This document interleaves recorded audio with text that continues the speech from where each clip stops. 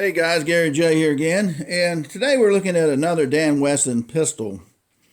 And this is part of the Dan Wesson advertisement, as you see on this box right here. And one thing I want to mention again about Dan Wesson pistols, Dan Wesson is not associated with Smith & Wesson. Smith & Wesson was created by Daniel B. Wesson and Horace Smith. Thus we have the name Smith & Wesson.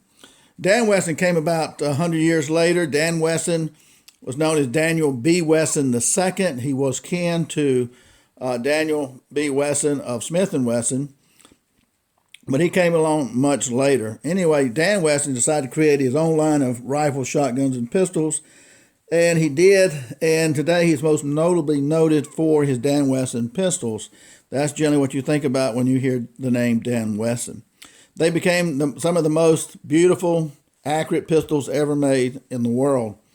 And they are truly prized even today. But looking at this particular box here, I bought this one several years back. And this is how they advertise this particular pistol. Now, this pistol here is a Dan Wesson pistol with a 6-inch barrel. It's a 15-2 357/38 special, which means it'll shoot 357 Magnum and 38 special. I have several videos on various types of the Dan Wessons, but on the advertisement here, even though this is a single barrel version, here it lets you know that you can get the 8-inch barrel here, 6-inch barrel, 4-inch barrel, 2.5-inch barrel with it. These are beautiful zebra grips here. And this right here is a typical Dan Wesson grip. This is probably walnut, and this particular Dan Wesson grip is a combat grip. Looks like maybe walnut there too. And this is a combat grip too. A little different design shape, but beautifully made. One of the key things with Dan Wesson, as I've tried to point out, is that Dan Wesson was very particular on making a beautiful aesthetic looking pistol and having probably the best bluing job on any pistol, rifle, or shotgun that I've ever seen. It's a presentational grade type of bluing on his pistols, and he was known for having beautiful grips on his pistols, and just very uniquely made. And again, with the interchangeable barrel system. So this is the way this generally came. Had a Dan Wesson patch here that you could put on your hat or shirt. And I like the way he set up this advertisement here. Looking at the side of the box here, we have Dan Wesson Arms Incorporated, a proud tradition. And right here we have the model and so forth of the Dan Wesson. Now, when I bought this particular one, this is what I was looking at. Dan Wesson Arms Revolver Model 9 38. Special. Not a 357, but a 38. So if it's really a 38 frame, it will not shoot a 357. I have several 357 frames. So I really wanted the 38 special. Interchangeable barrel, bright blue finish, bull barrel, serial number so-and-so. And 6-inch right here for the barrel size. Length, rather. So it's just a beautiful box. And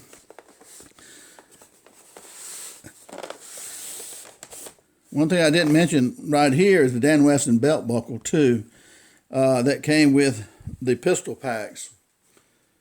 I don't know if the singles ever had a Dan Wesson buckle or not. Okay, so maybe it says Dan Wesson there, stamped in, and I like the color of the box.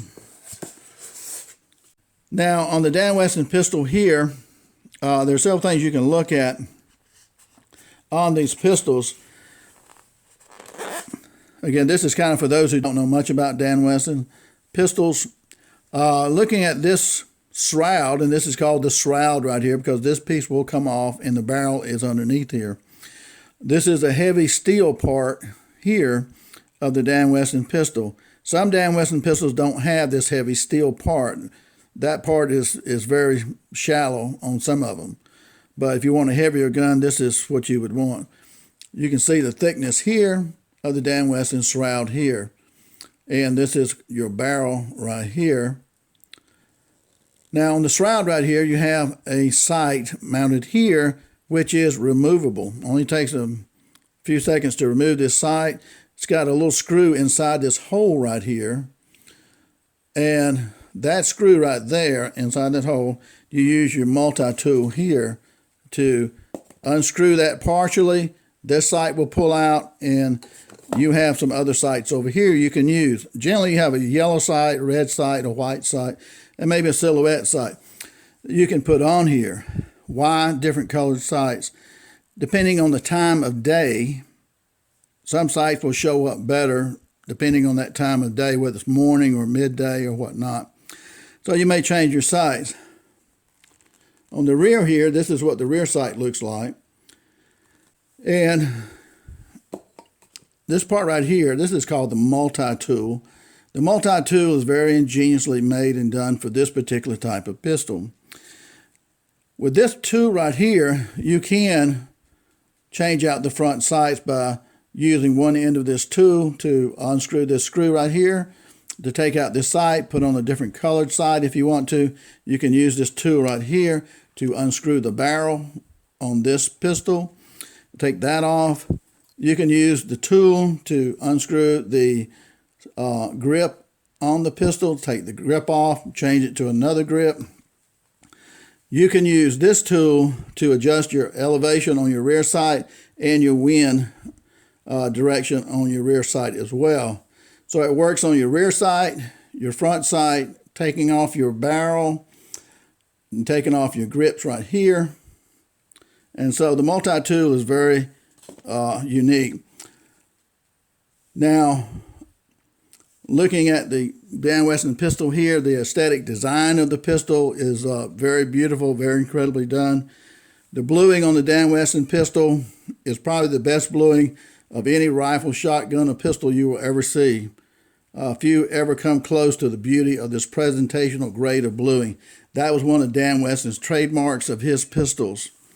Also, another trademark of Dan Wesson pistols were beautiful handle grips. All different types of handle grips are very beautiful designs. This is walnut here.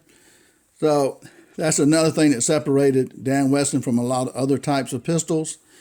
Another thing that separates Dan Wesson is the release of the cylinder here. The release of the cylinder is right here by my thumb. You pull that down and the cylinder comes open. Most releases are right here. By having the release here, it makes the frame stronger. Dan Wesson was concerned about making a super strong frame for his pistols. He wanted to make the best pistol that money could buy. And I think that he did that in many ways. And a lot of people who like Dan Wesson pistols and understand them also think that he did an incredible job with this pistol. This is a 6-inch barrel. They make a 2.5-inch barrel for this pistol. They make a 4-inch barrel. They make a 6-inch barrel. They make an 8-inch barrel, a 10-inch barrel, a 12-inch barrel, and a 15-inch barrel that you can put on these pistols. So that's pretty versatile. On the trigger right here, it's fairly wide. And there's a little screw back here that allows you to pull the trigger only so far so that when it goes off and you don't have to keep pulling it after it goes off, which that contributes to accuracy, a lot of writers say.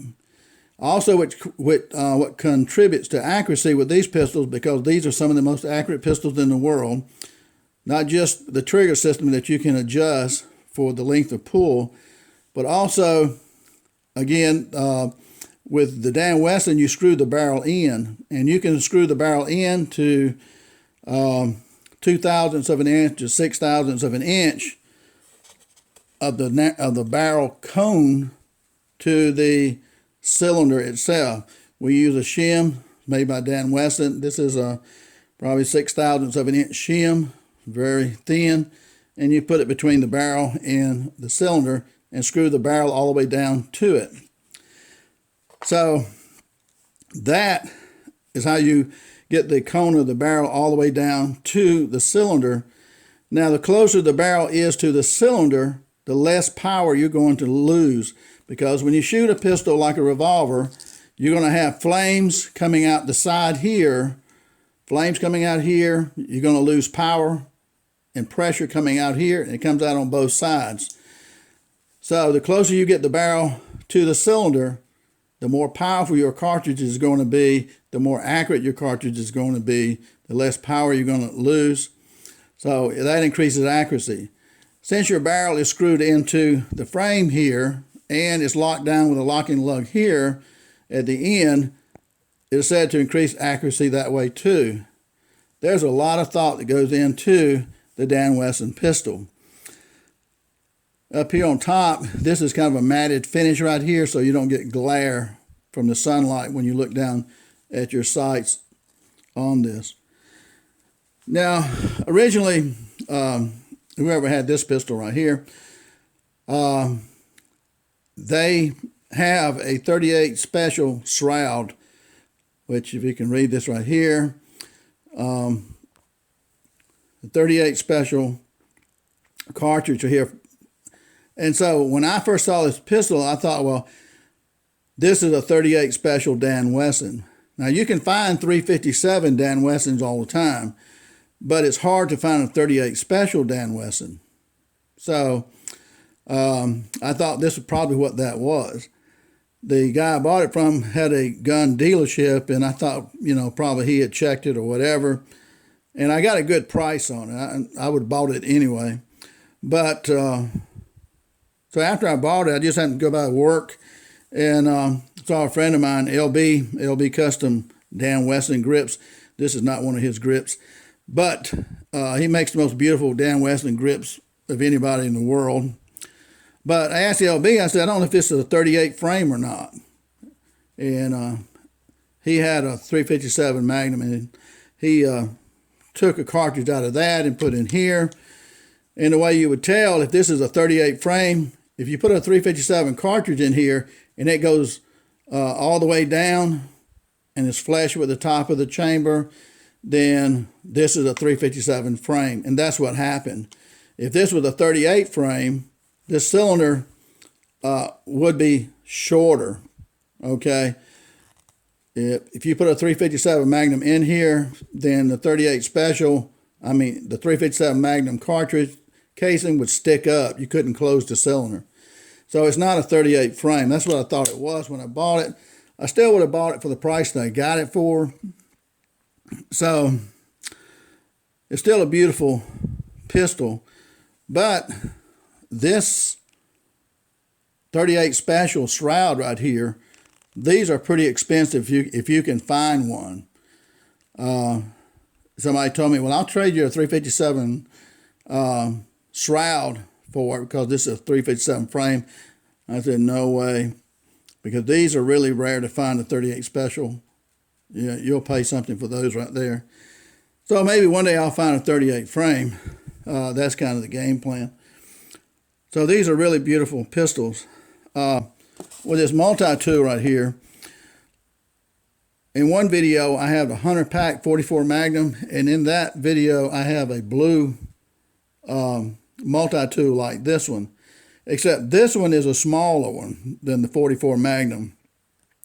This one is made for this pistol right here, and so you stick that on the end of your barrel right here. Now it's got two little prongs right here by my thumb. Get the light on it. And these little prongs right here go into a little slot on the lug right here of this pistol. We'll get that in focus.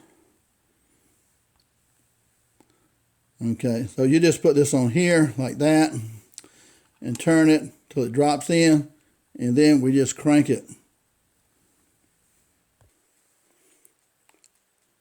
Okay, guys, I was showing you that I was going to unscrew this locking lug here, which looks like this right here. I was going to do that with this, and I put this in here, and I went to turn it, and this locking lug is a little bit tight. These are real rare to find. I think I mentioned the original plastic ones like this. These are hard to find and very expensive if you break one. So I didn't want to risk breaking that.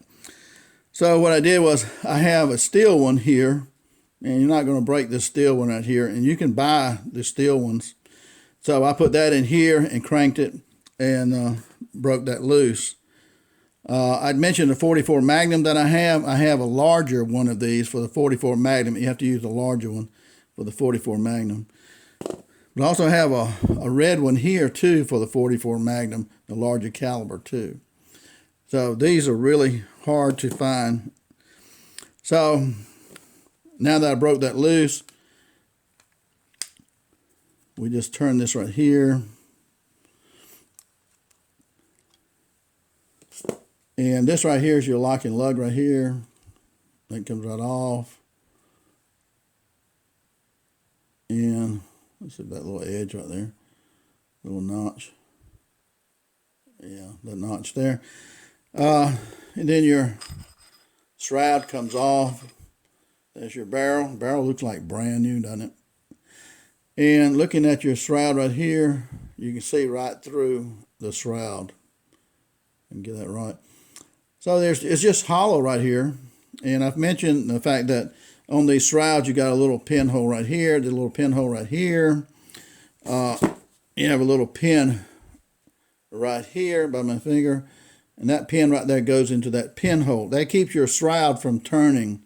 You know, the shroud would turn if you didn't have that locked in with that pin there. Okay. So here's your barrel. And that barrel, man, that looks so nice. It's just a perfectly blued barrel. And that's the way they came. And with your multi-tool here, use that to take off your grips.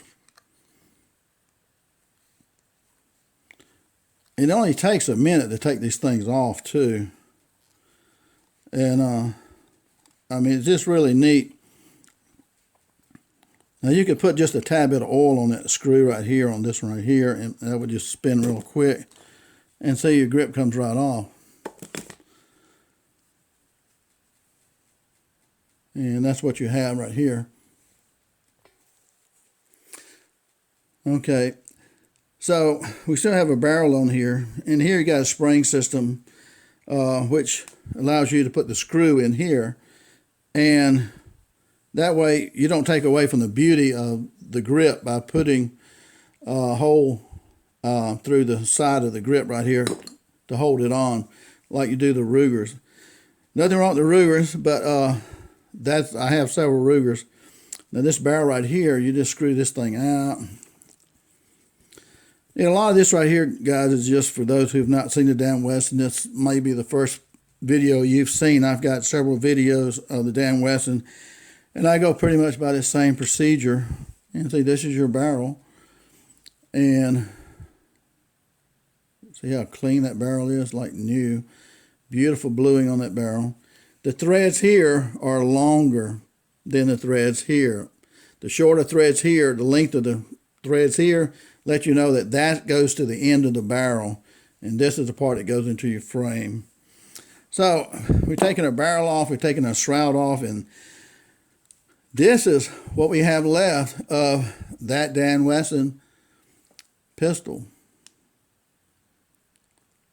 Not much left, is it? Now, sometimes people sell, you can sometimes find the frames here on Guns America or Gun Broker. You can find the frames. People sell the frames on those websites for the Dan Wesson. Sometimes they sell just the barrel. Sometimes they sell just the shroud here. Sometimes they sell just the grips. Sometimes you'll find one of these. These are pretty expensive. All of these are expensive when you buy them even separately on the websites for like Gun Broker or Guns America. But anyway, it's just a beautiful, well-made pistol here. And it's like nothing you've ever seen in the world of pistols, I suppose, that something would come apart that much. It makes it pretty easy to clean that way, right?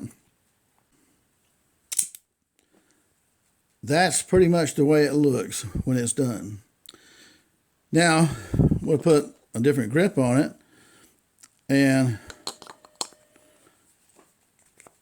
you just push that grip on like that, see? And you've got a different look right here. This is the combat grip, okay? And since in this kit we only have one barrel, sorry for that bump, we put our barrel back on here. And be very careful getting that screwed in, because you do not want to cross thread that. And I just screw the barrel all the way in till it touches the cylinder, okay? Because it'll keep going all the way to the cylinder.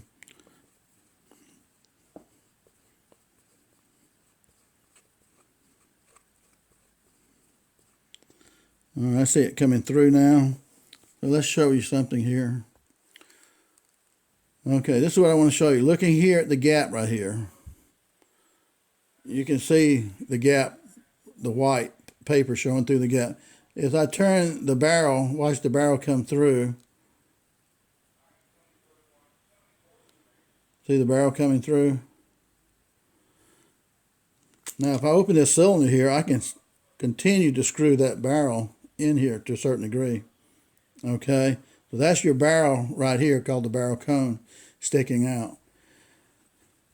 Then I'll screw it back, close the cylinder.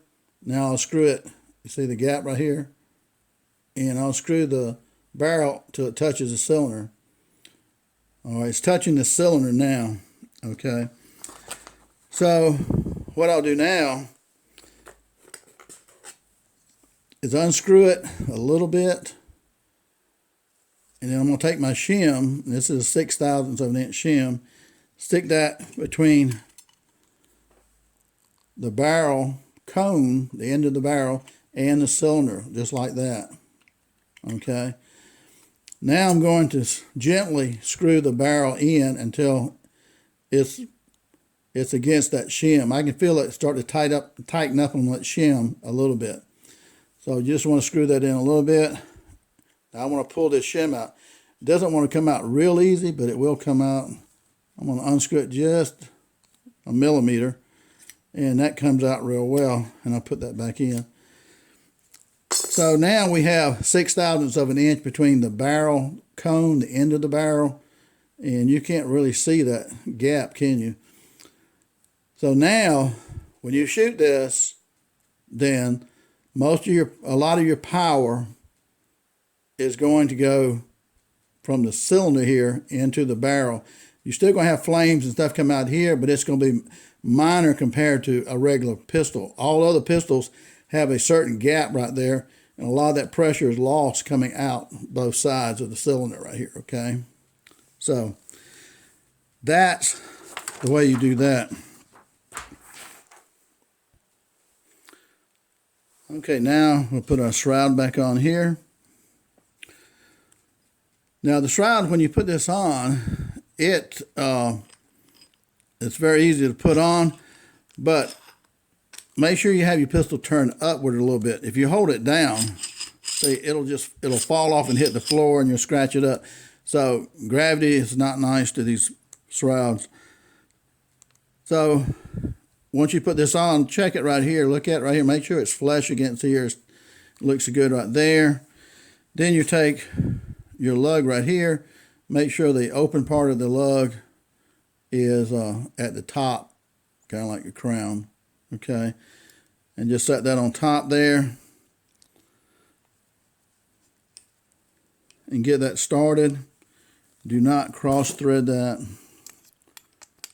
Just take your time with it, and then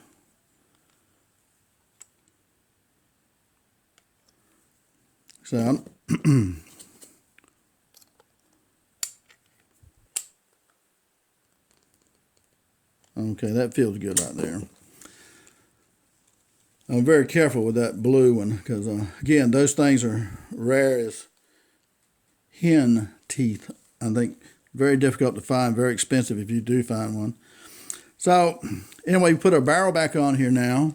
We've got 6/1000 of an inch shim here between the barrel and the cylinder, and we've got our combat grips on here. So we got kind of a pistol that looks a lot different than it did a minute ago. Okay. And I have combat grips too that I can put on here with my other Dan Wesson pistols. So that's kind of the beauty and the wonderment of Dan Wesson. Such a beautiful pistol. This is a beautiful combat grip right here too. That really is some pretty wood. And again, because it's got a coil spring up here and not that long flat spring, you don't have to put a hole through here, which would take away from the beauty of that grip. See how beautiful that is?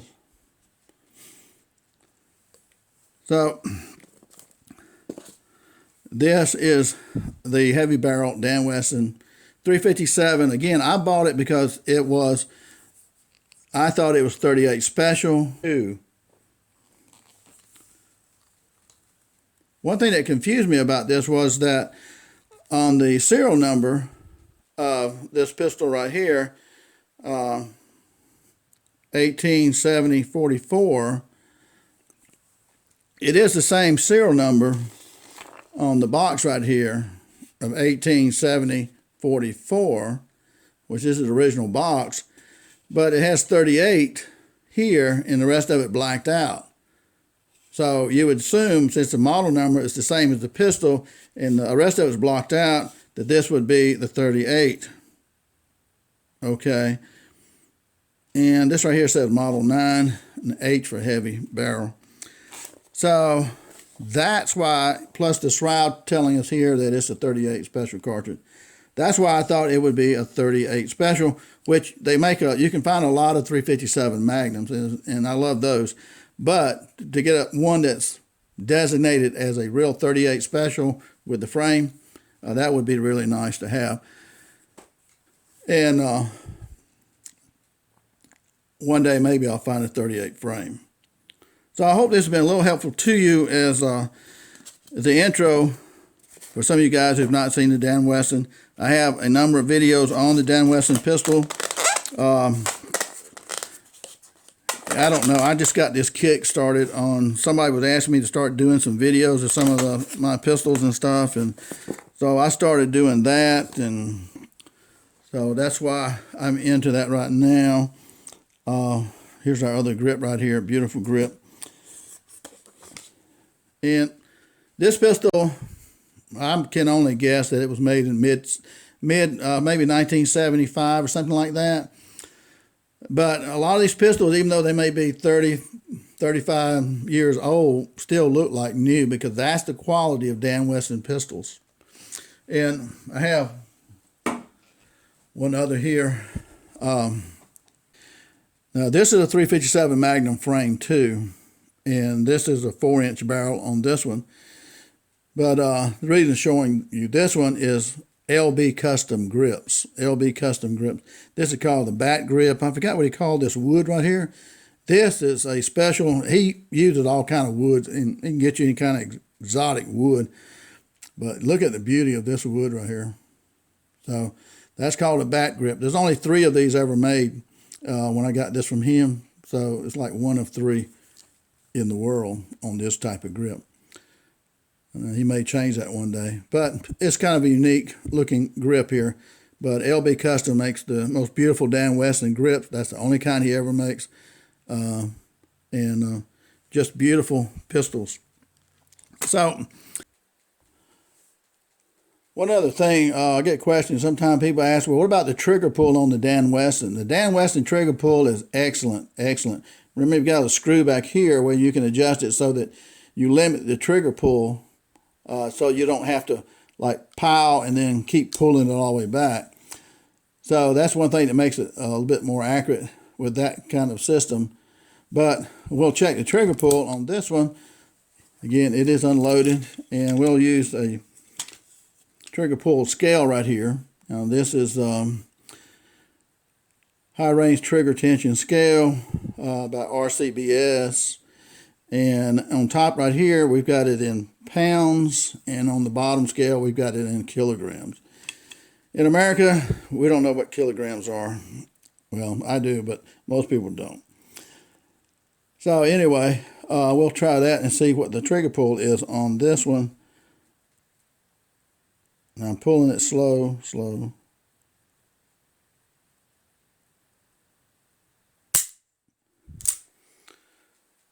Okay, this is where we're at right here, if that's in focus.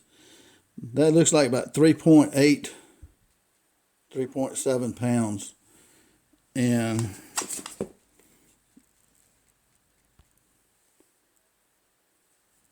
so right across this line right here, right before you get to 4.